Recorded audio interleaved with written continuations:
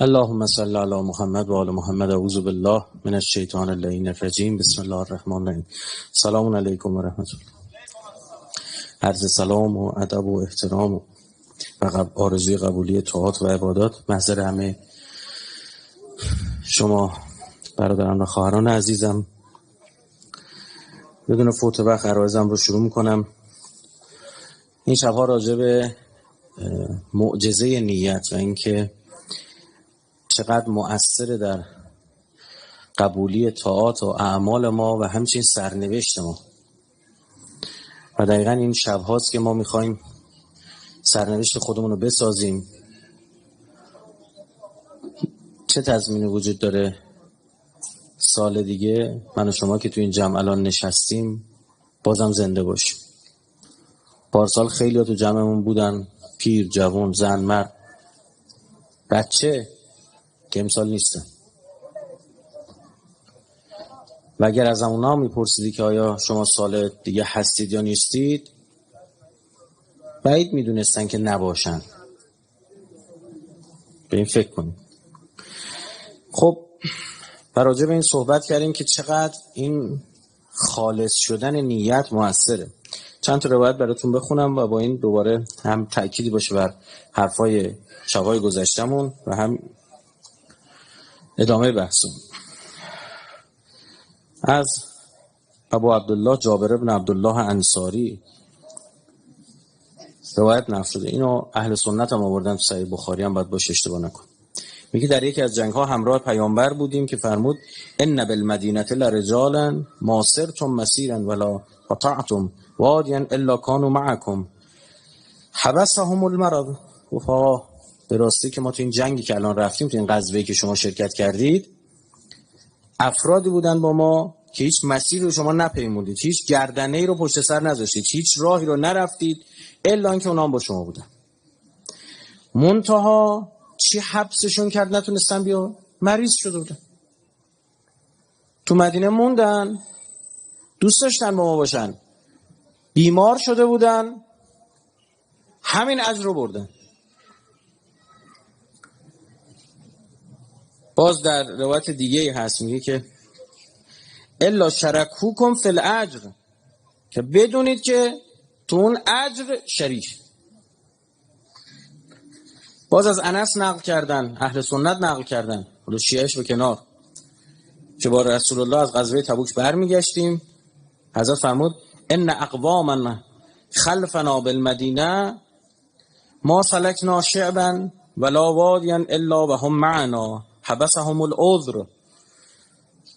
پس از ما عده‌ای در مدینه بودن که هیچ دره و راهی را نپیمودیم مگر آنکه با ما بودن، عذری باعث شد آنها همراه ما نباشند. اینا اجر میبرن. حتی حدیث داریم که شما نیت میکنی نماز شب بخونی، خواب میمونی، نماز صبحت هم قضا میشه، تازه ثواب نماز شب رو میدن. چرا؟ میگن اگر خواب نمیمون حتما میخوند، حتما میخوند. من خدا شاهدم، نه لا علیم به ذاتش شد. من تو ته قلب اینم، قلبش خونه منه، اصلا با قلبش با من حرف میزنم. نشد ساعت گوشی، شارژ گوشیش تموم شد، موبایل کوک کرده بود، ساعت گذاشته بود، یادش رفت نگاه کنه این شارژر قشنگ چفت شده، شارژر زده نزده، این شد خوابمون. ثواب نماز شب، نماز صبحش هم قضا شده طرف. چه کسی شما میشناسید اینطور مفت براتون بنویسه و اینطوری باهاتون معامله کنه؟ شما بری یه جایی، مثلا بری یه جا ماشین بخوای بخری، بعد 200 میلیون 300 میلیون پول ماشینه. حالا سالهای بعد این حرف ما رو گوش میدم، میگن اون زمان ماشین 200 300 میلیون میشد ماشین اینقدر بوده قیمتش. خب احتمالاً شما آیندگان که میشنوید دو چرخه میتونید باش بخرید با این سیستمی که ما داریم. حالا الان 1401. خب آره بریم ماشین بخریم، بعد بگی که آها من خداییش میخواستم چکر بیارم یادم رفت، ماشین بزن به نامم برم. میگه برو خدا روزی جای دیگه حواله کن. خدا همینجوری بهتون میده. و حتی بدونید اگه همونقدر که خواستید بده خدایی نکرده. من و تو اینجوریم، از شأن خدا به دوره. مادر موسی چی خواست؟ گفت این بچه‌مو خدا نخ به دلش بذاره تو دریا. عجیب ترین کار ممکنه کرد. مثلا بچه 4-5 ساله هم اصلا بچه که شنا بلده هم نمی‌دونه تو رودخونه بره شنا بکنه. بچه کوچیک گشته توی جعبه برسه تو وسط رودخونه نیل. فقط اینو خدا به من سالم برگردون. به من برش کردن. خدا فرمون رادوهو، برش میگردونم و برش گردوند. یه نکته اضافه داشت. فجعلناه من المرسلین. تازه پیغمبرش هم کریمه. والا مادر حضرت موسی نخواسته بود بچهش پیغمبر بشه. فرمون همین سالم برگرد. در شأن من خدا نیست که تو از من یه چیزی میخوای همونقدر بهت بدم. هر چی بخواید بیشتر خواهد داد. شما برید در خونه یه آدم بسیار ثروتمند مولتی میلیاردر بهش بگی آقا 10,000 تومان بدم بخوام 2 تا نون بربری یه چیز بخرم میخوام. یا آقا بیام پول بگی برو مثلا چلو کباب بخر.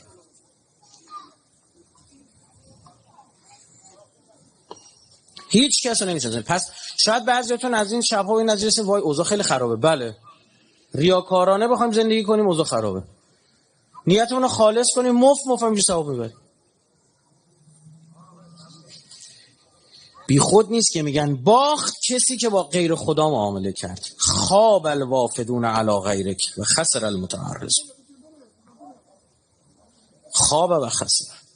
خسران کرد هر کی با غیر خدا معامله کرد. هر کاری ما انجام میدیم در تو باید یه ربطی به خدا پیدا بکن. این میشه اون الا به ذکر الله. دائم یاد خدا وسط. دائم نسبت اون کار ما، حرف ما، فکر ما با خدا سنجیده میشه. این بنده یکی دیگه مؤمنه، ایمان داره، چون دائم داره خودشو با خدا میسنجه. هی فاصله خودشو با محور مختص سرچ میکنه. میگن کجا؟ نکته دیگه این که جالبه، پاداش الهی هم متناسب با نیتتونه. هزاران نفر در جنگ شمشیر زدن، اما ضربت علی ابن ابی طالب فی یوم خندق افضل من عبادت الثقلین. یه ضربه شمشیرش تو روز جنگ خندق افضل بر عبادت کل جن و انس تا آخر.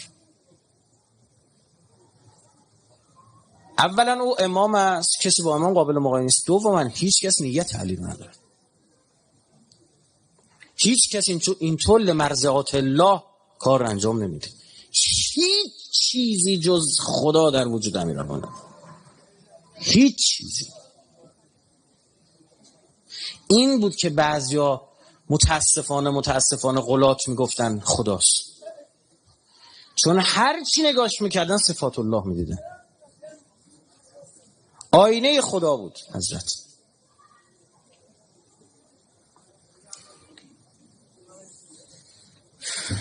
این توسعه میده این ورودی انسان رو.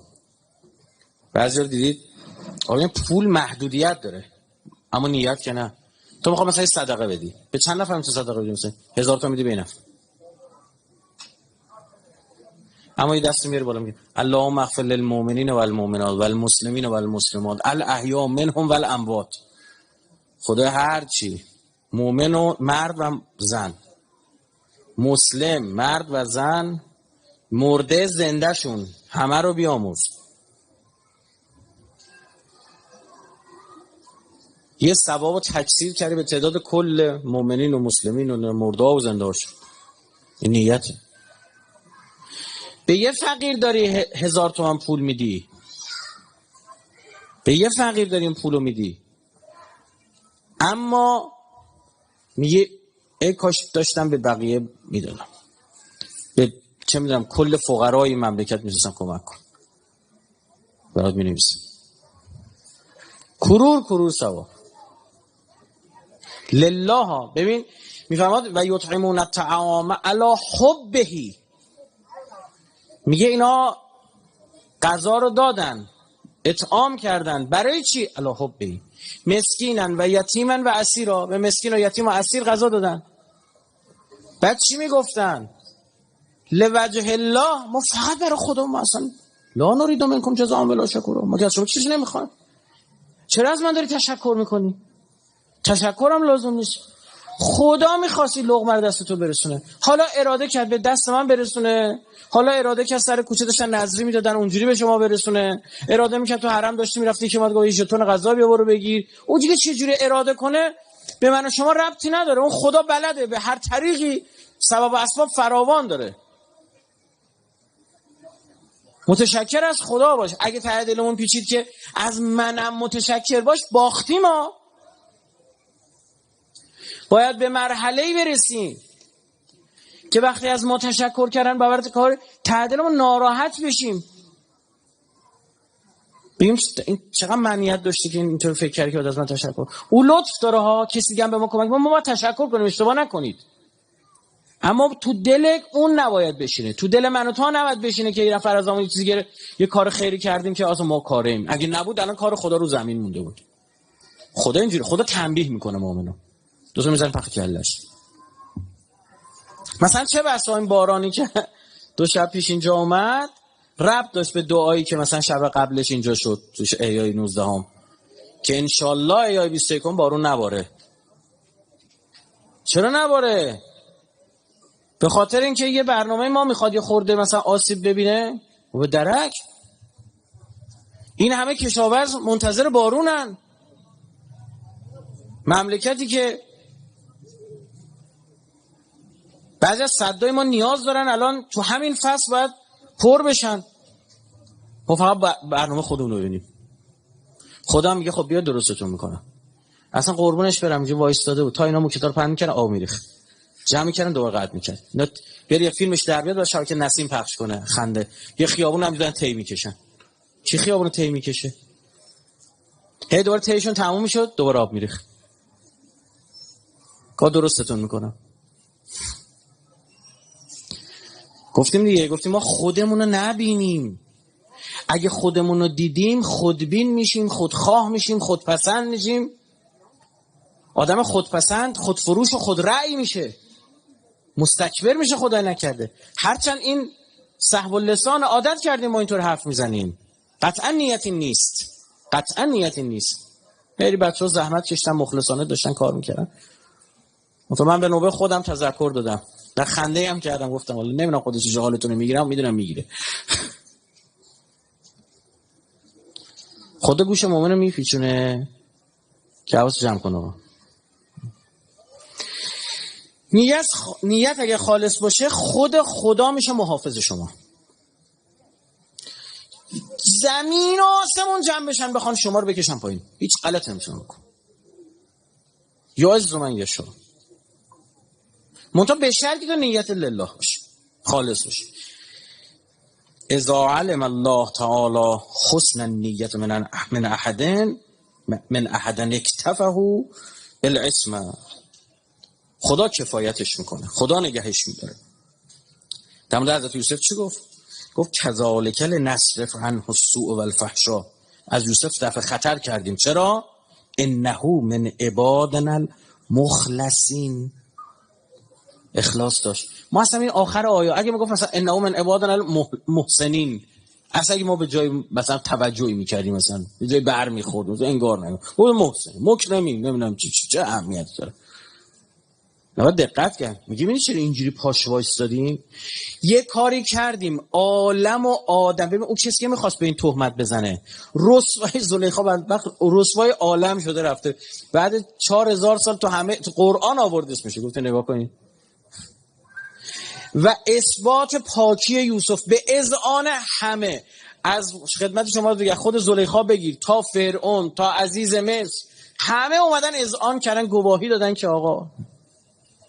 و یه کاری که اون جامعه گیر یوسف بیفته، مجبور میشن گدایی کنن از یوسف، بگن تو رو قرآن بیا ما رو نجاتمون بده. این کسی که اخلاص داشته باشه.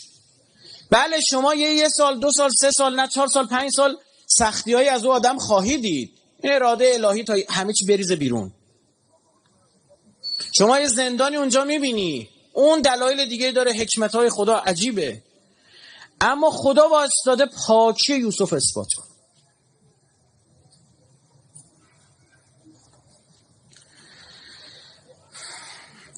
انما قدر الله عون العباد علی قدر نیاتهم. شب قدر دیگه، شب همین اندازه گرفتن است، شب تقدیرته. چه اندازه عمر داشته باشی، چه اندازه روزی داشته باشی، چه اندازه، همه همین امشب نوشته میشه. 19 انتخاب واحد بوده، 21 حذف اضافه، امشب تثبیت. دقت کن، امشب دیگه ثبت میشه. همش میگه چقدره، میفهمد خدا چقدر کمک میکنه، میگه به چقدر نیت کرده، به چند درصد کارش برای من خدا بود، همونقدر من بهش کمک میکنم. فمن صحت نیته تمعون الله له، میگه اگه کامل شد که هیچ، درست بود، خدا کامل بهش میرسه. اما اگر و من قصرت نیته، اندازش خود مشکل داشت، میگه چی؟ به قدر الذی قصره، به اندازه‌ای که چیز شد کم میشه. امام علی در تعریف مؤمن صفاتی رو نقل میکنن. جالب اینجاست که میفرماد نگاهش پندامیز، سکوتش فکر، سخنش ذکر، همین رو میفرمان. تا آخر میفرمان هرگز نمیتواند کارهای خوبی رو که در نظر دارد به انجام برساند. ویژگی مؤمن اینه، یعنی انقدر نیت‌های خیرش بیشتر از عملشه. بود مثلا دعاهای مسلمان رو دیدی، دعای مؤمنین دیدی، اللهم اشف کل مریض، یه دونه هم نمونده الا همه مریضا رو شفا بده. اللهم اشف کل جائع.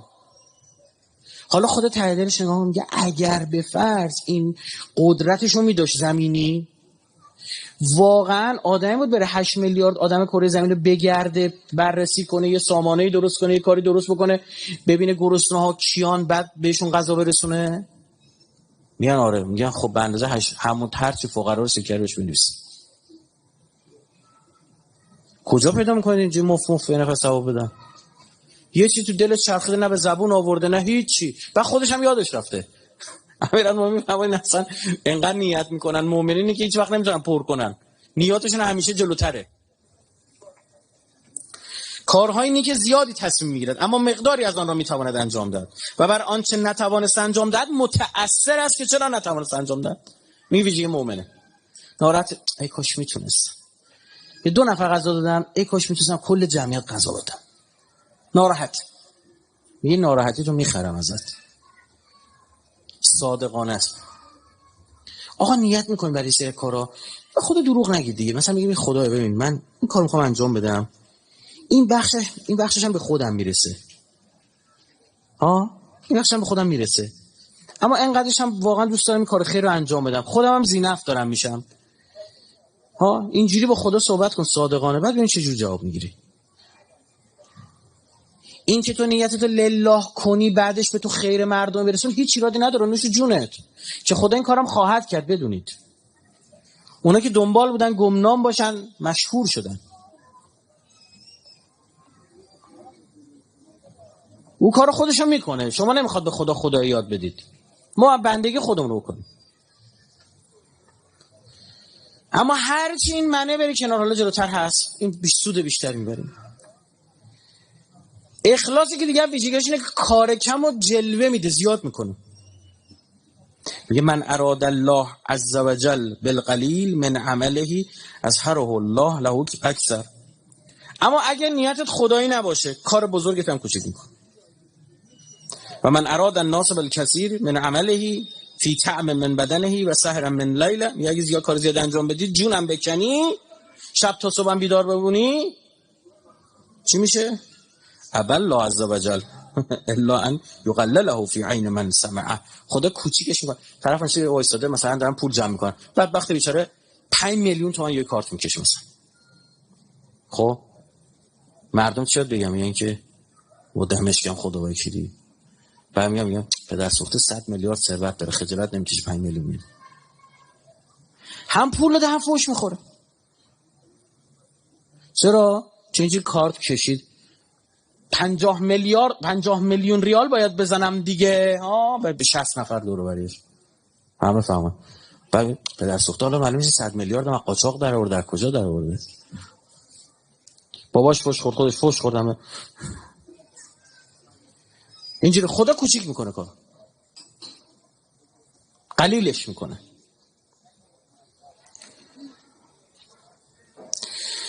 نیت درست رزق رو زیاد میکنه. اینجاست. خیلی اینجا امشب پول میخوان، زن میخوان، شوهر میخوان، یه پولی باشه، کاری باشه، یه ماشینی بگیریم، اسنپ کار کنیم، یه چیز اینجوری میگن. خب میگه که حدیث داریم آدم مخلص رزقش زیاد میشه. گوش کن. و من حسنت نیته، هر کس درست شد نیتش، زاد الله عز وجل فی رزقه، رزقش هم زیاد میکنه. اصلا عامل فقر ما اینه که حساب خودمون رو با پول مشخص نکردیم. اگر واقعا ته قلبمون حسابمون رو با پول مشخص بکنیم، خدا پول رو میده. پول رو میخوایم باشه بریم ماشین بخریم پوز بدیم، پول رو میخوایم باشه بریم چش جارمون رو کور کنیم، پول رو میخوایم مثلا باجن آقا 2 روزه مثلا 6 ماه یه ماشین خریده ما اون ماشین رو نداریم، ما فقط داریم جون میکنیم که جلون باجن آقا. اینا همش لناس، اینو به کوفتم بد نمیده. اما یه موقع نیت میگه مثلا چه میدونم زن و بچه‌ام میخوام بیشتر بهشون خدمت کنم، راحت تر این طرف اون طرف برم. خب حالا جور دیگه نمیشه اینجوری بشه، حالا جور دیگه شد انجام دادم. رفتم از رفیقم مثلا ماشین قرض کردم نمیدونم چه. اما یه جا دیگه بد میده. خدا بدونه که این پول تو باعث نمیشه تو از خدا جدا شی، باعث نمیشه تو خدا رو گم کنی. چرا پول بد نمیده؟ خدا بهم پول بدی من انقدر مثلا دستگیری میکنم، خدا نیت خالصه واقعا پول دستش بهش به پول بدی. ما تکلیف خودمون رو با نفس خودمون، نیت‌های خودمون رو با پول مشخص نکردیم، همش قرقر میکنیم. بعضن دیدی مثلا آدمایی هستن همین که زمین آسمون براشون میباره، میگن خوش روزی ان اینا به تو دلشون بگرد. آدم بدا فرق میکنه. ما آدم خوبا رو داریم میگیم، آدم بدایی داریم که خدا از دنیا بهشون میده که به خدا نگاه نکنن، دست نیاز سمت خدا نیارن. نیت خالص، نیت خوب. یه صلوات نذر بفرمایید.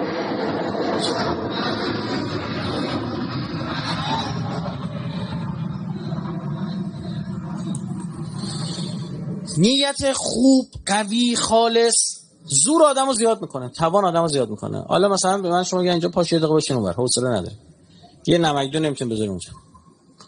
بچه آدم یه جا میفته مثل موشک کروز میره بالا سرش. یکی میگه شاید میشه پاشو زشته انگار نمی، یه هوی میبینی یه آدم خیلی مهم همچین از جا میپره مثل فنر. بله، ما ضعف بدن عما قویت علیه النیه. اینه قرآن میگه هر کدوم از شما مؤمنین جلو 10 تا از مشرکین و کفار میتونید بجنگید. میگه 20 تاتون جلو 200 تا میتونه بجنگه. بعد گفتن نه اینا عدد الکیه، همینجوری مثلا گفته یعنی زیاد. بعد برای اینکه دهنشون ببرن فرمود یعنی مثلا 1000 تا 100 تاتون جلو 1000 تا، یعنی بازم نسبت طرفین وسطین برقراره. آیه بعد میگه 20 صابرون، 20 تا آدم صابر، صبور، که نیتش خالصه، صبوره لله، صبوره. یغلب معتن، میتونه چی؟ 200 نفر غلبه کن. و این یکم منکم معتن یغلب 1000، اگه 100 تا باشه با 1000 تا 10 برابر. بعد میگه و علم، آیه بعدش میفهمن و علم ان فیکم ضعفا، اما خدا میدونه تو دل شما ضعفه، یعنی نیتتون ضعیف، قوی نیست. پس چی شده این دفعه؟ معت صابره یغلب معتن، 100 تاتون به 200 تا میتونه غلبه کن. ببین به میزانی که نیت اینا ضعیف شد، میزان پیروزیشون در مقابل کفار ضعیف شد. قبلا 1/10 بود، شد 1/2. این آیه رو الکی نیورده. طرف ببین نیت کرد گفت آقا ما این کربلا رو راهشو باز میکنیم. راه باز کردن یا نکردن؟ شد یا نشد؟ تو اون مسیر داری میری، رو تک تک این میله ها عکس شهدا رو میبینی یا نمیبینی؟ عکس شهید مهدی نوروزی ایرانی رو تیربرق عراقی میبینی یا نمیبینی؟ عکس قاسم سلیمانی ایران رو در و دیوار عراق میبینی یا نمیبینی؟ یه روزی دوتا داشتن با هم میجنگیدن، گفت کربلا ما داریم میاییم. چون موقعی که جسمی زنده بودن کارشون کردن، چه بعد اینکه احیاء عند ربهم یرزقون، شهید زنده است بعدش هم کارشون یکسره کرد. و شک نکنید همینه، گفت راه قدس از کربلا میذاره، یعنی بیت المقدس هم میگیره. شک نکنید. اون زمانی که بچه‌ها پرپر میشدن، یک جریانات مذهبی بودن متاسفانه با بیس استان خراسان، میگفتن نرید نجنگید، اینا کشته هاشون شهید نیستن، اینا رو غسل بدید. شهید غسل نمیدن دیگه، غسل بدید، اینا شهید نیستن. چی کار میکردن؟ تو انبار احتکار میکردن، وسط جنگ روغن احتکار میکردن، برنج احتکار میکردن، بعدن فروختن و مولتی میلیاردر شدن. هنوزم متدینن ها، زناشون چادره چند میلیونی سرشون میکنن، کربلا میرن حتما هتلای 5 ستاره. اونی که خون داد، اونی که راه کربلا باز که تو با حاج پاشی بری، اون کسی بود نیت خالص داشت لله، رفت جنگید، خونش ریخته شد، نفهمیدن کیه، شهید گمنام بود. بعد 40 سال الان منتظرن جنازش برگرده. حالا بریم سراغ یه خورده از خوبا. گفتیم میشه، حالا میخوام حالتون رو بگیریم آخر شبی. بخش دوم مراحزم. بله، علامت ریاکارا میگه که این که اگه گفتیم ستایش بشه کارش زیاد میکنه، تشویقش باید بکنه و کار خوبش. آفرین شما به یه فقیر غذا دادید، آره باری کله کاش به 2 تا فقیر غذا بدید. اینطور این ریاکاره، 2 قرون هم نمیارزه. فقط کارش اینه که اون شکم سیر میشه. همین. خدا اراده کرد به دست یه ریاکار تو رو سیر کنه، اون هنر خداست. بارها گفتیم خدا اراده کرد به دست آمریکا صدام بندازه.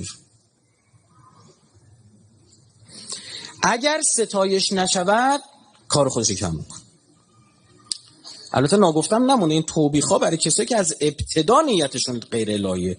گفتیم اگر کسی از انسانی از ابتدا نیتش لله باشه، بعد مردم فهمیدن هیچی رادی نداره، مانعی نداره، اصلا هدیه خدا بعضن اینجوریه. میگم بندم چون فرار میکرد از دوربین، فرار میکرد از عکس گرفتن، فرار میکرد از اسم، از رسم فرار میکرد، اینو من جهانیش میکنم. مثل محسن حججی که بعد هیئت بلند میشد میرفت نایلونای کفشا رو جمع میکرد، هیچ کی تا صبح چی بود راستی تو خیابان نایلونا رو جمع کرد. از نجف آباد میکوبید با ماشین میرفت اصفهان، وای میشه گوشه عزاداریش میکرد، همه که میرفتن میشه نایلونای کفشا آشغاله رو زمین جمع کرد، کسی نبینه. بعد هیئت که همه رفتن، هیچ تو جهانیش کرد، هیچ تو خریدش. اون کسی که تو اطراف مشهد مشغول محرومی از زدایی بود، رسیدگی به مردم اینطور بود، با لب روزه تو ماه مبارک تو حرم آقا علی ابن موسی رضا اینجوری در خون خودش غلطید، خدا خریدش. حالا بود ما بزنیم تو سر و کلمون. امام باقر میفرماد هیچ کس نیست مگر آن که دوست دارد خوبیاش در مردم ظاهر شود. میگه همه دوست دارن، به شرط آنکه از ابتدا نیت او مردم نباشد. اینه. امام تا 60 سالگیش 55 60 سالگی کسی نمیشناسه خیلی.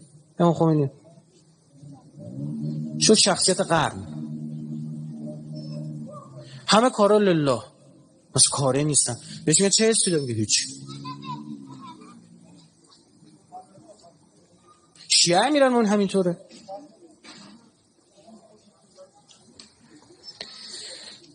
آیه قرآنه یا ایها الذین آمنوا لا تبطلوا صدقاتکم بالمن والاذی، با منت و اذیت تبطل باطل میکنید. فاتحه‌شو میخونید. مانند کسی که کلذی، یعنی قبلی مثل بعدی است، ينفق ماله رعاء الناس ولا يؤمن بالله والیوم الاخر، مثلش و مثله که مثل صفوان علیه تراب، سنگ صافی که روش خاکه. اون کسی که ریاکاره مثل این که آقا روی سنگ صاف یه خورده دونه میکاره، میگه این بابا به یه بادی یا یه آبی بنده، بیا تموم شده رفته. لا یقدرون علی شیء مما کسبوا والله لا یهدی القوم الکافرین. معنیاش ریا نشانه عدم واقع ایمان واقعی به پروردگار روز قیامت، یوم القیامه است. واقعا میخوام ببینیم به خدا ایمان داریم یا نه، ببینیم ریاکاری یا نه. به میزانی که ریاکاری ایمان نداریم. دو، انفاق مهم هست اما نه خیلی، مهمتر انگیزه انفاق کننده است. سه، اعمال شخص منتگذار، ریاکار، کافر تباه، مثله، میگه مثالش مثل اون قبلی است، مثل کافرها، خیلی بد مقایسهشون کرده خدا. بعدی ریاکار عاقبتش رسوا میشه، فترکه صلب، آیه قرآن میگه هرچی دیگه میمونی هیچ کاری هم نمیتونی بکنی، صاف و بیگیاه این سنگ همینجوری میمونه، هیچ حاصلی هم به دست نمیاره. ریاکار نه تنها از پاداش آخرت محرومه، بلکه رشد روحیش هم جلوش گرفته میشه. لا یقدرون علی شیء، هیچشون بهره نمیاد. منتگذار و ریاکار در مدار کفر و مورد تهدیدن. لا یهدی القوم الکافرین. آقا رسول الله میفرماد بر امت خودم از هیچ چیز نمیترسم آنچنان که از شرک کوچک میترسم. که اینا خیلی هاشون شرک کوچک رو دارن. شرک اصلا چیه این؟ فرمود ریا. داره بت نمیپرستن اما من میپرستن. در مورد محاکمه اینها در روز قیامت پیامبر ما میفرمان که روز قیامت یکی را، خیلی عجیب گوش کنید، یکی را بیاورند و گویند چه طاعت داری؟ و چی آوردی داداش؟ گوید جان خیش اندر راه حق تعالی فدا کردم تا مرا بکشند. و جونمو دادم میگه من کشتم. حق تعالی فرماید دروغ میگویی، برای آن کردی تا گویند فلانی مردی مردانه است. گفت رفتی به جنگ همه جا اجساد بیاد بیرون بگن آقا این خیلی پهلوان بود، دمش گرم، بقیهش خطرناکه. و فرماید وی را به دوزخ برید. دروغ میگه میخواست عکساش بخور رو بنرها، دروغ میگه میخواست خیابان به اسمش بزنن. دیگری را بیاورند و وی را پرسند چه طاعت داری؟ گوید هر چه داشتم به صدقه دادم. آقا کل زندگی صدقه دادم. حق تعالی فرماید دروغ میگویی، برای آن کردی تا گویند فلانی مردی سخی است، این آدم بخشنده ایه، بگیرید و وی را به دوزخ برید. دیگری را بیاورند گویند چه طاعت داری؟ گوید علم و قرآن آموختم و رنج بسیار بردم و به خلق آموختم. آقا سخنرانی میکردم، رفتم کلی دوره رفتم، کلاس رفتم، دانشگاه رفتم، حوزه رفتم، کلی یاد گرفتم. آقا میخوای یه دور حمد سوره خدای بعد بخونم ببینی یک دونه ایراد ندارم، یک تجویدی دارم. فرماید دروغ میگویی، بدان آموختی تا گویند فلانی مردی عالم است، بگیرید و وی را به دوزخ اندازید. اینه مولای ما میفرماد که ریاکار را 3 نشانه است. یه 3 تا نشونه میده. اول اینکه کاهله، مردم رو ببینه به نشاط میاد، یعنی دیدن مردم خیلی براش، مثلا ریا از همین ریا، این چشم این چشم میاد. بله. 2، وقتی ازش تشویق کنن عملش زیاد میکنه، نکنن کم میکنه. 3، تو عبادت، کمک به مردم، شرکت در جهاد، همه اینا رضایت خالق را نمیجوید.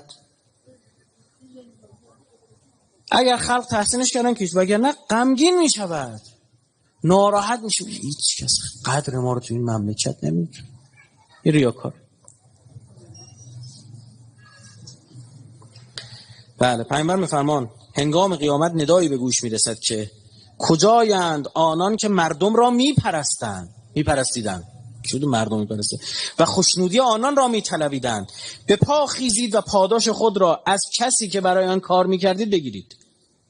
من عملی که به دنیا و اهل آن آمیخته باشد نمیپذیرم.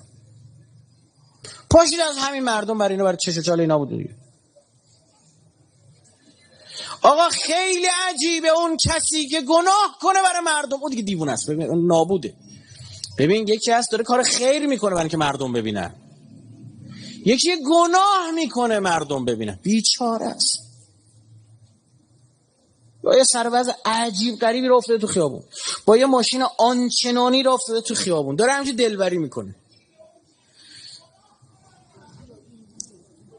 راه افتاده تو خیابون داره همینجوری میچرخه، مردم هم هوس میکنن دیگه. شما فکر کن مردم زبان روزه بیا جلوش شون چلو کباب خوردن، ول کن روزه رو اصلا بذار کنار. دو تا بچه‌ن که دستشون غذا نمیرسه، دو تا کودک کارن، صداشون کنی بیا تو رستوران، یعنی ببین نگاه کن این شیشلی که این چنجه است، این جلوش همینجوری بخوری. بعد بگی اون چشاشو ببنده پدر سوخته نگاه میگه تو اومدی خیابون جلوی چشش نشون کرد غذا خوردن، آوردیش تو رستوران نشوندیش داری. بعضیا به نحوه چرخیدنشون خیابون دقت کنن آقا راست جلوش میچرخه هوس میکنه، آدم آمپرش میزنه بالا. انسان خدا شهوت در وجودش گذاشته، طبیعیه، او طبیعیه، اگه تحریک نشد بره دکتر. تو یه جوری داری میچرخید که شب عروسی اینجوری میچرخن، عروس اونجوری آرایش نمیکنن. و عروس یه شب عروسی تو 365 روز سال اینجا عروسی، با چشماشون باهات زنا میکنن.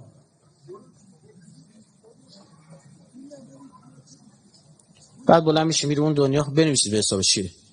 بود هزار تا زنا کرده. یا خدا قاطی شده، فرشتات قاطی کردن این پرونده که دیگه اصلا مال خودته. هزاران نفر به گناه انداختی. اونا دیگه کیان؟ یارو کار خیر میکرد برای مردم، بدبخت اون دنیا. پر ارزنی دستشو نمیگیره. مورد اول بس چی بود؟ نیت ریایی. این همه ما صحبت کردیم 2 شب راجع به همین نیتی که به ریا آموخت. دومی چیه؟ نیت آمیخته با انگیزه های مباح. این دیگه چیه؟ با قصد قربت انجام میشه کار، در این شکی نیست. یه انگیزه مباحی ضمیمه میشه بهش، این خرابش میکنه. مثلا روزه‌دار باید برای چی روزه بگیره؟ چون خدا فرمود. دیگه البته روزه میگیریم یه 3-4 کیلو هم تونستیم وزن کم کنیم، خیلی خوبه. صدای خانوما رفت بالا، دقت فرمودید؟ من قضاوت نمیکنم، اما خب آقایین و من دارم بالا نگاه میکنم، هیچ کی نخندن، چون دغدغه‌شون نیست. این طرف یه 100 تا این سری که من جلو میدیدم چرخیدیم برام. اینجوریه. یعنی اینجا داشت تو با من یه رژیم غذایی بهش نگاه کرد، تو باشگاه هم بری مثلا بهت بگی آقا کربوهیدرات نخور، نمیدونم چی بخور، همین کارا رو میکنی. آش ریختر نظر امامزاده نمیتونی بکنی. قصه اینجاست. چرت و پرت زیاد به خوردمون دادن. زکات میده، میگه برکت مالم، البته میگن زکات زیاد میکنه. فاتحه‌شو خوندی. طالب علمه، اما کنجکاوی ذهنی خودش هم اقناع میکنه. میگه من طلب علم میکنم چون تو فرمودی. اینا کسانی که با کله میرن به اشتها، که بتونن صاف کنن نیتشونو. اینجور نیت رو ببین و ضرری به صحت و درستی نیت نمیزنه ها، یا اشتباه نکنید. خب اون لله، اما یه خورده چیزش میکنه، یه آب آتیش میکنه دیگه. بهتر که تو نیت اخلاص به معنی واقعی کلمه حاکمیت داشته باشه. هم که امیرالمومنین میفرمایند بعضیا عبادت میکنن، عبادتشون عبادت تجاره، میگن البته میگن حوری هم میدن اونور، بی تاثیر نیستن. بعضیا عبادتشون عبادت عبیده، میگن عبادت نماز بخونیم، میگن بعد اونجا سیخ داغ تو چشم آدم میکنن. میفهمم بچه عبادتی کنم، میگه عبادت الاحرار. خدایا چون عبادت من گفتگوی با توه، چون تو رو میخوام، چون تایمی رو میخوام با تو مکالمه کنم، چون تو فرمودی. گل بهشت نجویم، حدیث روزه نگویم، جمال روی نجویم، دوان به سوی تو باشم. رابعه ادویه رو میگن با عین، ادویه غذا نگید. عارفه بوده، گفت آقای آب برداشتم برم جهنمو خاموش کنم، یا آتیشم خواهم برم بهش آتیش بزنم، که مردم برای جهنم و بهش خداپرستی نکنن.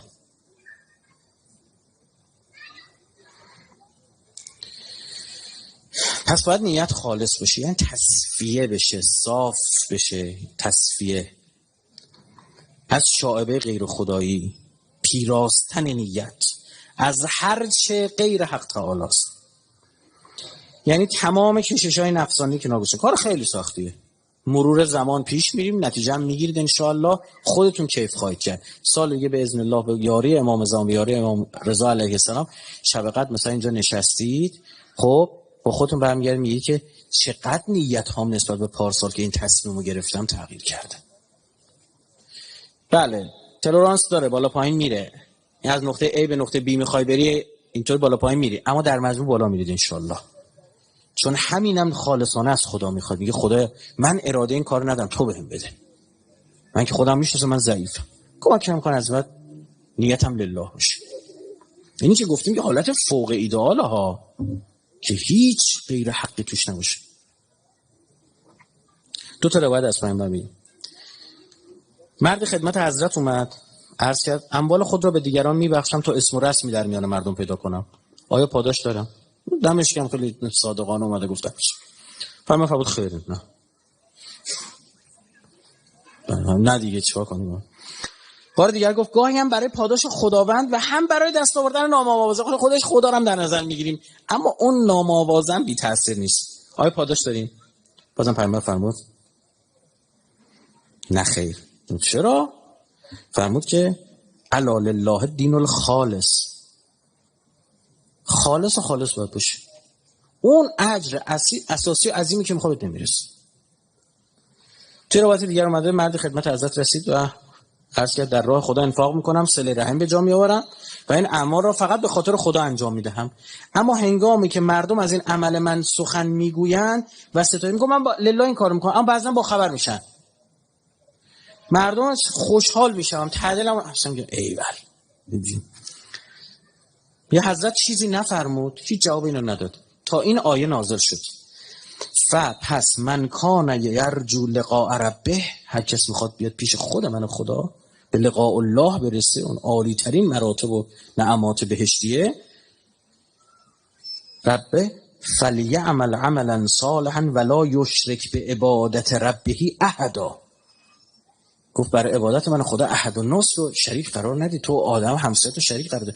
اون لحظه که نفسمون چیزا یادش میفته باید سرکوب بشه، باید بهش بگیم حرف مفت نزن، شکر اضافه نخور، به تو نیومده، پروازی در نیار، سرکوب باید بشه. باید معاتبه میگن، مورد عتاب قرار بگیره، مورد سرزنش قرار بگیره. بگو فکر کردی کی هستی؟ خدا اراده دادم که به دست کافر به اینا نون میرسون. برو شکر کن که یادت نره چه گناهایی انجام میدادی. یه مرور میفرمایید گناهات تو ذهن میاد. بعد تو دهنی بخوره، یه 4 بار تو دهنی بخوره، آدمش آروم رام میشه. نفس مثل اسب سرکشه، رام میشه. تا حالا یه سوال، چقدر خوبه که اصلا کسی نفهمه ما کارو خیر کردیم، که بخواد تعریف کنه، که تو دل ما قنداب بشه، که ها چه حفظ بشه. آقا همین شبکه‌های اجتماعی، همین اینترنت به خدای ابزاری فراهم کرد آدم تو کارو خیر کنه، هیچ کس نفهمه. با گوشیش میزنه شماره حساب کمیته امداد، چی میخواد بفهم؟ هیچ کس. با موبایل خودش پول بخواد. یک کسی نمیفهمه که بخواد الله مثلا خودش خوشحال بشه، خوشحال نشه. قدیما بود بعد یک کیسه رو برمی‌داشتیم می‌ذاشت در خونه یه نفر، همسایه‌ها می‌دیدن آقای اومد کمک کرد فلان، میتونه به حساب طرف پول واریز کنه، اصلا نفهم تو کی هستی. به خیریه کمک کنیم، اینم چیکار کنیم؟ میشه. یعنی این دنیای مدرن هم گناه و سهل الوصول کرده، هم ثواب و منتها ما چون تهدید می‌بریم فقط گناه رو می‌بینیم. خیلی کار خیر میشه کرد. یه کامین کتاب مردم می‌خواستن به خودشون ببرن، اگه می‌خواستن دسترسی که شما تو موبایلتون الان با تمام ادعیه و کتابا دارید. گذاشتن دو همه یه جوشن کبیر دستشون می‌گرفتن. الان موبایل‌ها رو باز می‌کنن شما جوشن کبیر خوندن.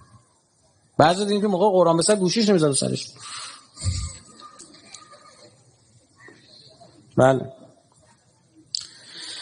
یا مثلا بعضی از اعمال از خیلی خوبن، نمیتونیم خرابشون کنیم. اگه گفتی چی؟ مثلا پشت سرمون غیبت میکنه، اصلا با خبر نمیشیم که خرابش کنیم. هم مؤمن هیچ بنبستی نداره، میبخشه ها، میبخشه، اما خدام خوشش میاد از این بخشندگی، میگه برای این جدا بذار. بعضی از که خیلی بخشندن و خیلی خوبن، خدا حتی حق و ناساشون اونور حساب میکنه. میگه این بنده من این صفت بخشندگی رو از من خوب یاد گرفته. اون یارو میگه خدایا حالا در حق من یه ظلمی کرده. میگه چقدر؟ میگه مثلا $100 واحد مثلا اون بره. میگه بیا این $150 رو بگی ساکت بش برو کنار. یه بچه میزن شیشه میشکونه، بعد میگن آقا بچه چیز آقا باباش رئیس بانکه، خیلی محترمانه میرم میگم بچه‌تون میگه باشه بچه‌تون میگه توپ بوده در رفته خورده شکسته دیگه، بیا چقدر شده پول شیشه‌تون، برو بده یه نفر به شیشه رو بندازه به جنس خوبم بگیری ها. اما کسی که بیکس و کاره همونجا خودشون یه فصل میزننش، اول یه فصل همونجا میزننش. رفته رستوران پول نداشته میگم اینجا ظرفشه، کجا قد غذایی که خوردی ازت کار میکشیم اینجا. مؤمن کس و کار داره. الله ولی المؤمنین. خدا به داد اون کسی برسی که با مؤمنی در افتاد و او پاسخ نداد، خدا وکیل او میشه. معمولا وایسید ببینید آینده این افراد چی میشه. به خاک سیاه میشن، بی آبرو میشن، بی حیثیت میشن، مرضای عجیب غریب میگیرن. خدا جا حق نشست. خدا غیور رو مؤمن غیرت داره. آقا اینجوری که حساب کتاب میکنه، اینجوری که رو ما غیرت داره، خب بریم با خودش ببندیم دیگه. چی کار داریم با خلق دنبال خلق خدایی؟ امام باقر میفرماد من طلب العلم لیماری به السفهاء، هر کس دنبال علم برای اینکه با نادونا باش بستیزه، بگی من برم با این احمقا جدل کنم. او یکاثر به العلماء، به علما فخر فروشی کنه. او یصرف به وجوه الناس الیه، حواس مردم جلب کنه سمت خودش. فلیتبوأ مقعده من نار، من دیگه باز نکنم مثلا رو. بله جایگاهش در آتش است. قال امیرالمومنین علیه السلام فطوبی لمن اخلص لله عمله، خوش به اون کسی که خالص کرد عملشو، و علمه و حبه و بغضه و اخذه و ترکه، هر چی گرفتنشو، ترکشو، کلامه حرف زدنشو، سمته و سکوتشو، فعله قوله، خوش به حالم کسی خالص کرد. طوبی لمن، امیرالمومنین داری میفرماد. آقا خیلی عمل لازم نیستش، چون خیلی عمل که ناخالص باشن پذیرفته میشه. تعداد زیاد فیک، همینجوری فکر کن 99% رد میشه. یه دونه اون پیام داده به خانومش، مثلا یه دونه لبخند فرستاده، یه چیزی بامزه گفته، خانومش خندیده، اصلا خودش عمل خیر نمیدونسته، گر بهش ثواب دادن. نشسته دست خانومش گرفته، انگشتاشون اینجوری تو هم بوده، دستاشون اینجوری نشستن کنار هم دیگه، اول نمیدونسته. بعد اون دنیا یه نگاه می‌کنه از لای انگشتاشون همینجوری گناه جفتشون داشت میریخت. خیلی خدا عشقولانه‌ایه، دنبال این کاراست. دقت فرمودی؟ امام خمینی میگفت خدا منو با حاجی عیسی محشور کن. حاجی عیسی که چای میره توی اعتمام. حاج عیسی والا نرفته، مثلا انقلابی نکرده، رساله‌ای ننوشته، کتابی ننوشته فلان. حاج عیسی چای میریزه، اما اون چای لله میریزه. کم عمل اما خالصه. 1000 تا نمیاد، 10 تا میاد مثلا، اما اون 10 تا سالمه، 9 تاش سالمه از اون 10 تا. اینجوریه. برام شنیدید میگه اکثر بهشت، اهل بهشت آدمای ساده‌ان. چون رندی بلد نیست، چون ریاکاری بلد نیست. اکثریت اهل بهشت در روایت داریم آدمای ساده دلن.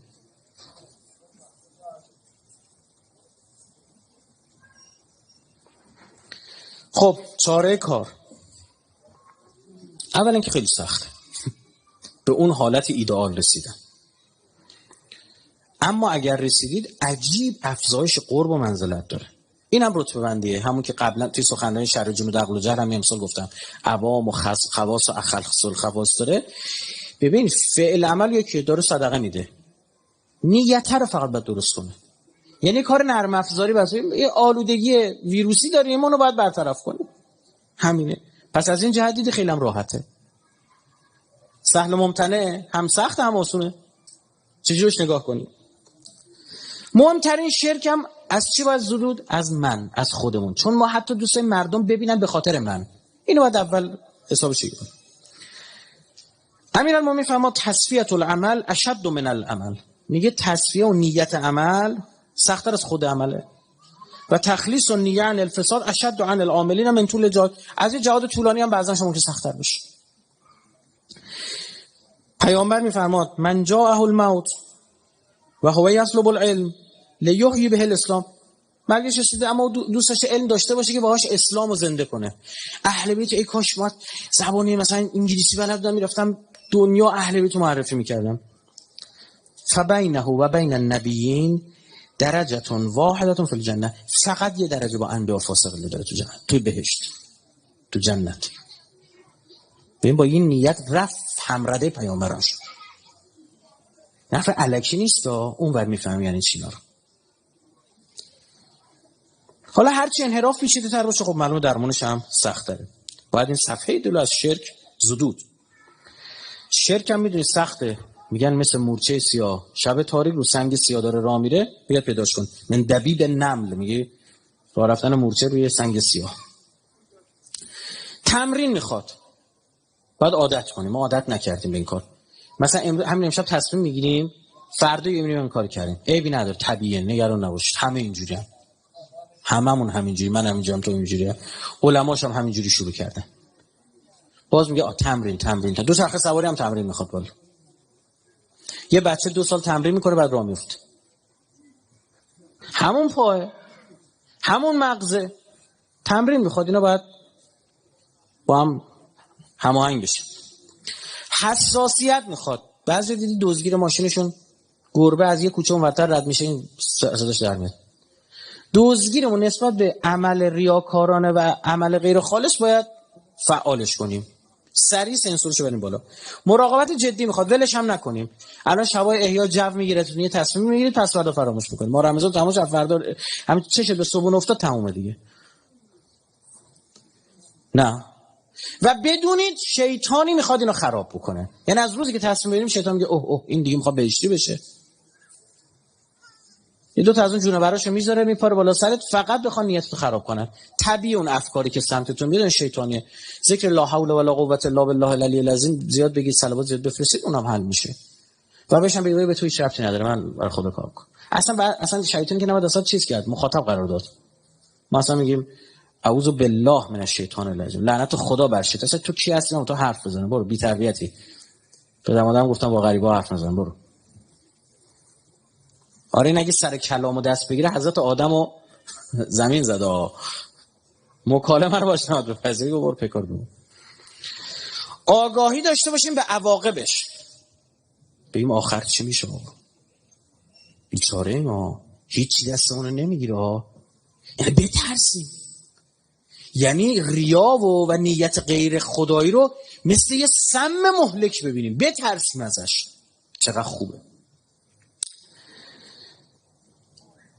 و به این فکر کنیم که یه خدای بالا سرمون وایستاده و او توفیق داده و او خواسته تو امشب اینجا بشینی، او خواسته من اینجا بشینم و این حرفا رو بزنم. و ما تسقط من ورقه الا یعلمها، برگ بی اذن خدا از درخت نمیفته. ما چیزی تحت عنوان شانس در عقاید شیعه نداریم. آقا جون شانس وجود نداره، اراده الهیه.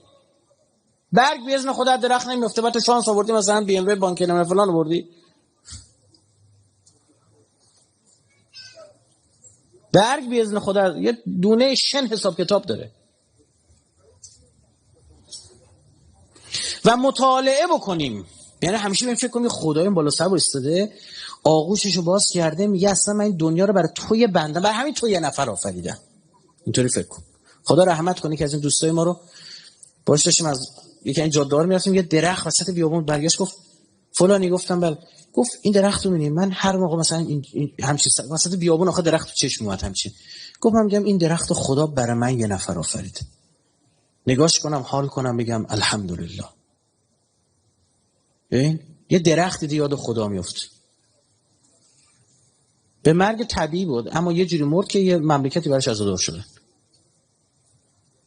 مؤمن محبتش خدا میذاره دلای بقیه. آدمای زمین زدن خدا شده، خدا رحمتش کنه. شب جا داره اسمش رو ذکرش اومد. آدمایی که نمیشناختنش با خبرش گفتن آقا ما اصلا اینو چنجوری دلم ناراحت شده. مخلص برای امام زمان کار میکرد، خالصانه، هیچ کس نمیفهمید. هیچ کس با خبر نمیشه شبانه روزی مثلا اینجا داره فلان جا این کارو انجام میده. میخواست هیچکی نبینه. و مطالعه بکنید در حال افرادی که این ویژگی ها رو داشتن. ببینیم مثلا آقا هم امیرالمومنین که دیگه امیرالمؤمنین دیگه، سید و بزرگ همه مؤمنانه، ببین چطور عمل میکنه، چطور خدمت میکنه، تو دعاهاش چیا میخواسته. خب افکار امیرالمومنین تو فرمایشات امیرالمومنین تجلی پیدا کرد. ببین امیرالمومنین چیا میفهمه. من امشب نمیتونم بحثو تموم کنم و من یه جوری جمع میکنم که این پک کامل بشه، اما حتما یه شب چهارمی داره. حالا اینو بعداً خواستید این سلسله مباحث رو دنبال کنید، بدون این 4 جلسه است. اون جلسه چهارمش هم لایو یه جای ضبط میکنیم و انشالله کنار هم دیگه بارگذاری میکنیم. من برسم تهران در اولین وقت اون شب چهارم هم ضبط میکنم. خب اما سرفصلا رو گفتم چون تک تک اینا باید حتما باید بهش فکر بشه، باید بحث بشه. در پایان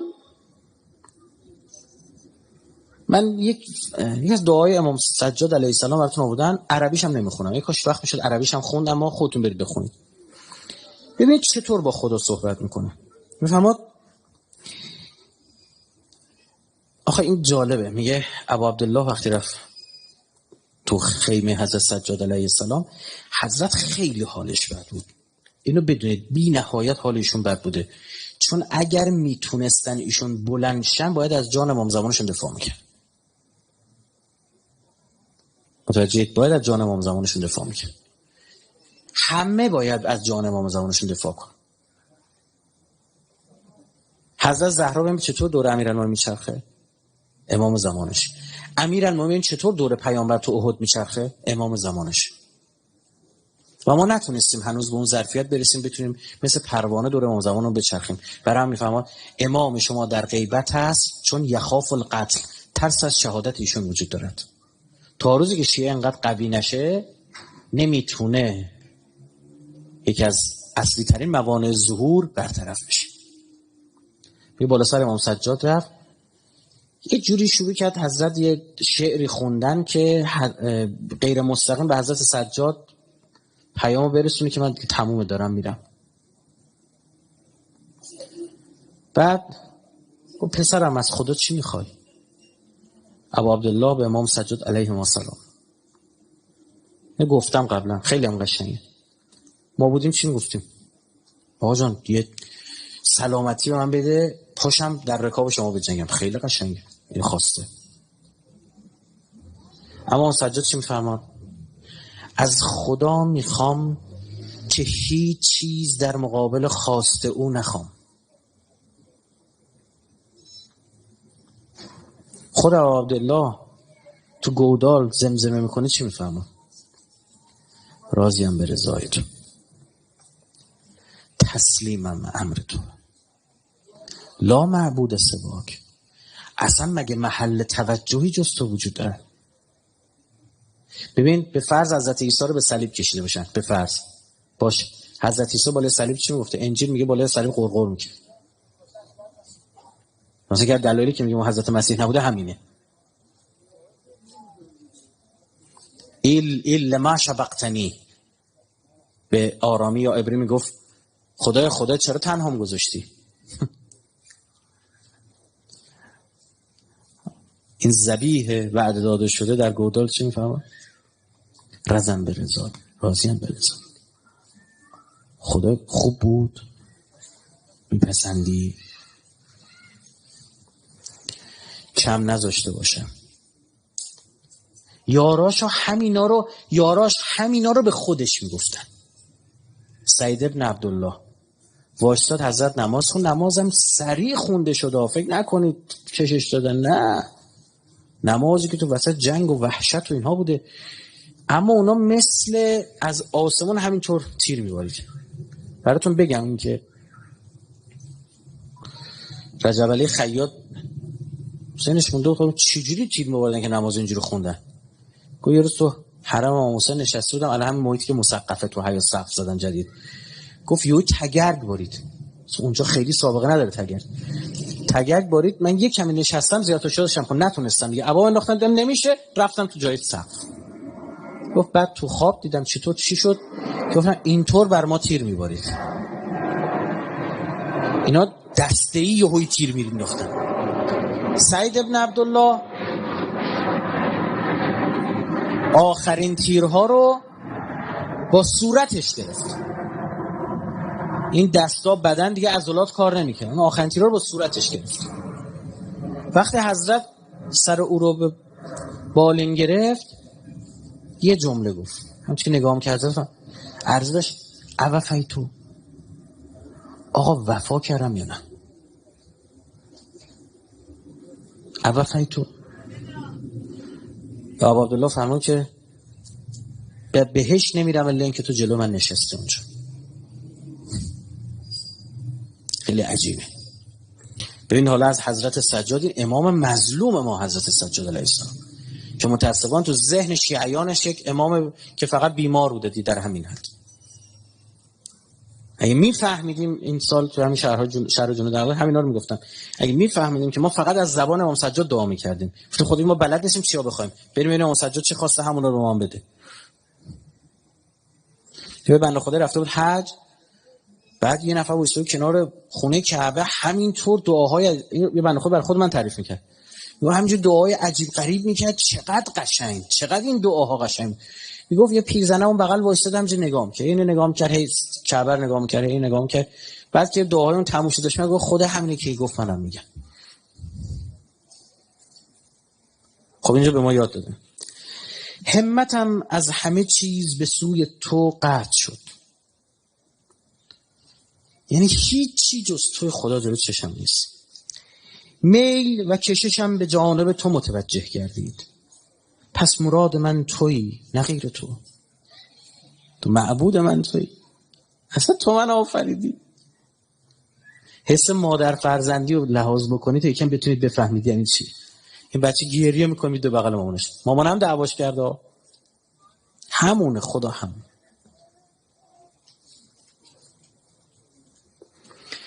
برای توست بیداری و بیخوابی من، روشنایی چشم من دیدار توست، شوق من به سوی توست، تحیر و سرگردانی من در محبت توست. و من هرچی بیشتر میشناسم بیشتر عاشق میشم، بیشتر حیرون میشم، بیشتر گیج میشم. رب زدنی تحیرا، خدا حیرتمو زیاد کن، چون من هرچی تو بیشتر میشناسم بیشتر حیرون میشم. یکی از وجوه تسمیه که برای لفظ الله آوردن کچه ریشه‌ای، بعضی میگن از ولهه گرفته شده، برخی گفتن دقت کنید یکی از ریشه ها میگن که ویژگی که هرچی الف و لام میگیره، هرچی بیشتر میشناسیش بیشتر واله و شیدا میشی.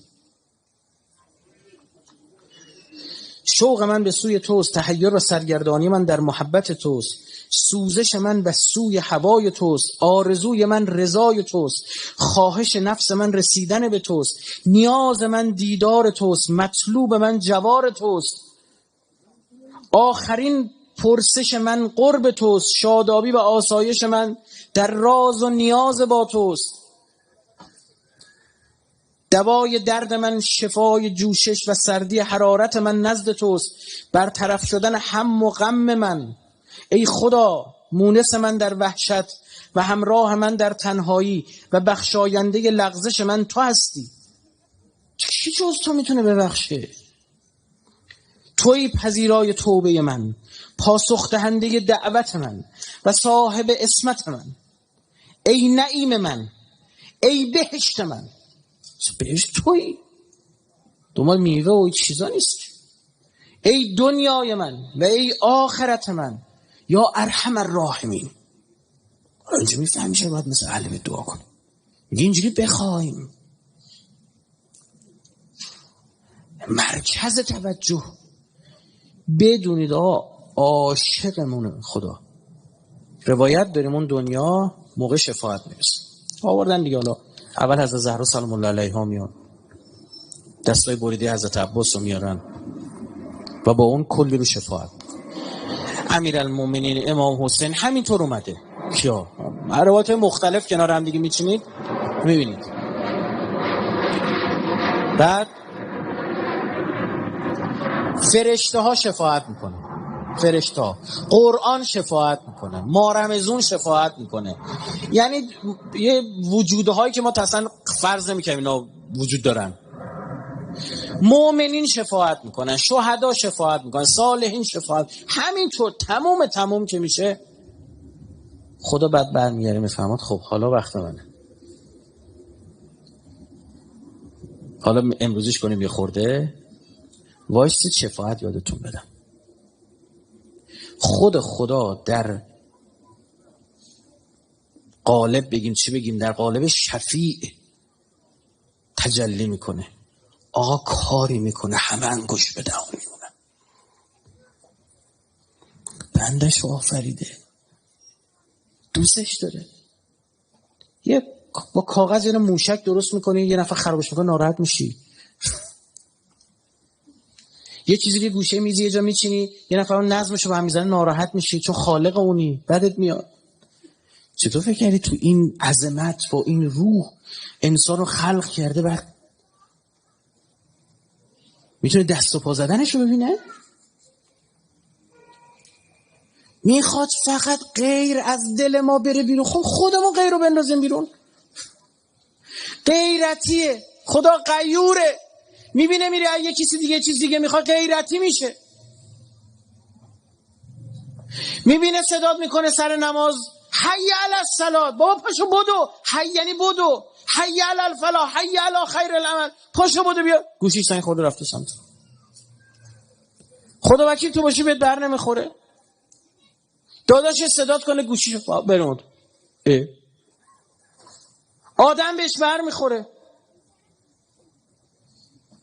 خدا نکه بهش بر بخوره. یعنی چی؟ غیوره. نمیشه غیر تو این قلب نباید جا داشته باشه.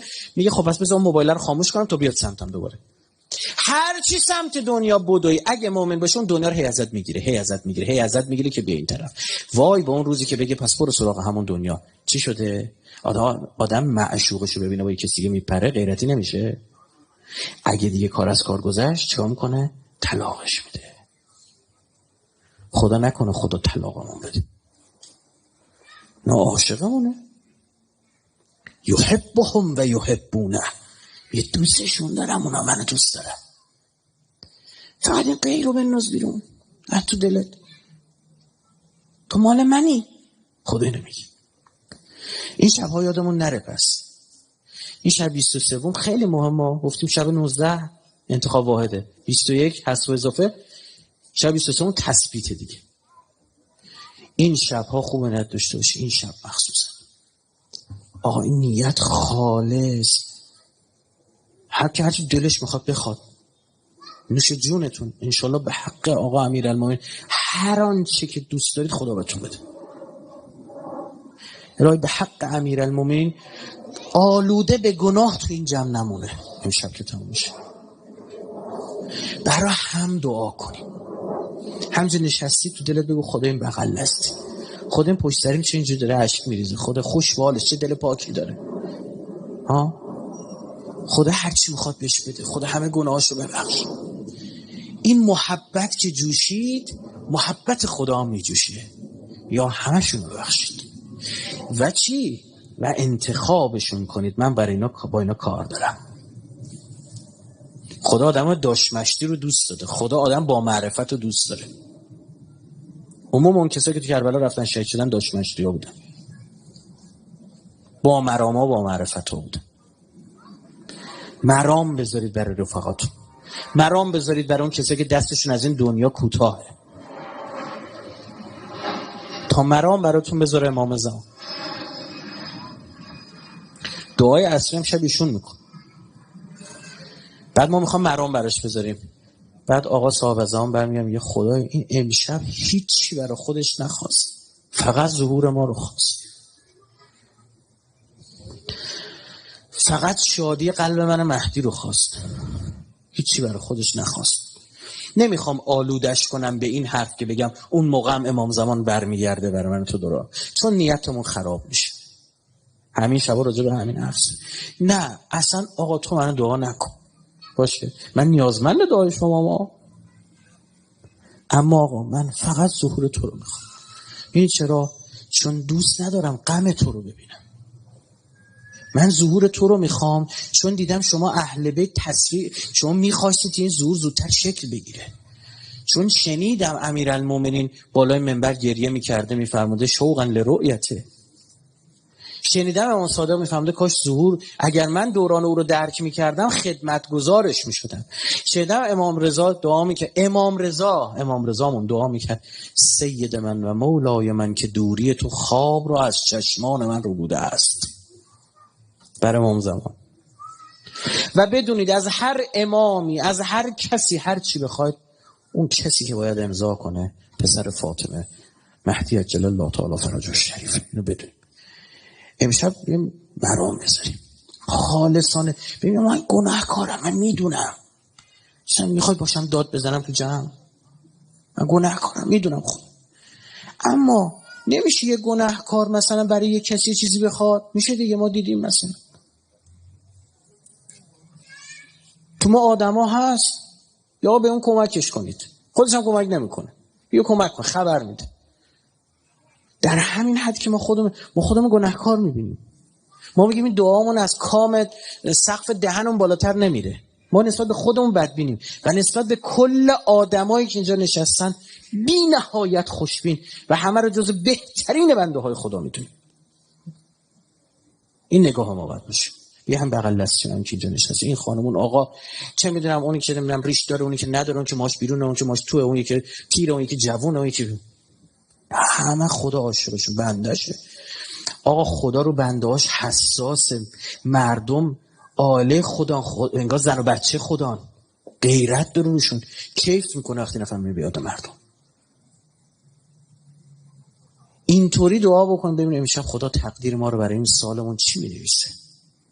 ببینیم ظهور رو تو تقدیر ما قرار میده، چشممون به جمال امام زمانمون روشن بشه. ببینیم شهادت رو مرگ ما قرار میده یا نه. چرا نه؟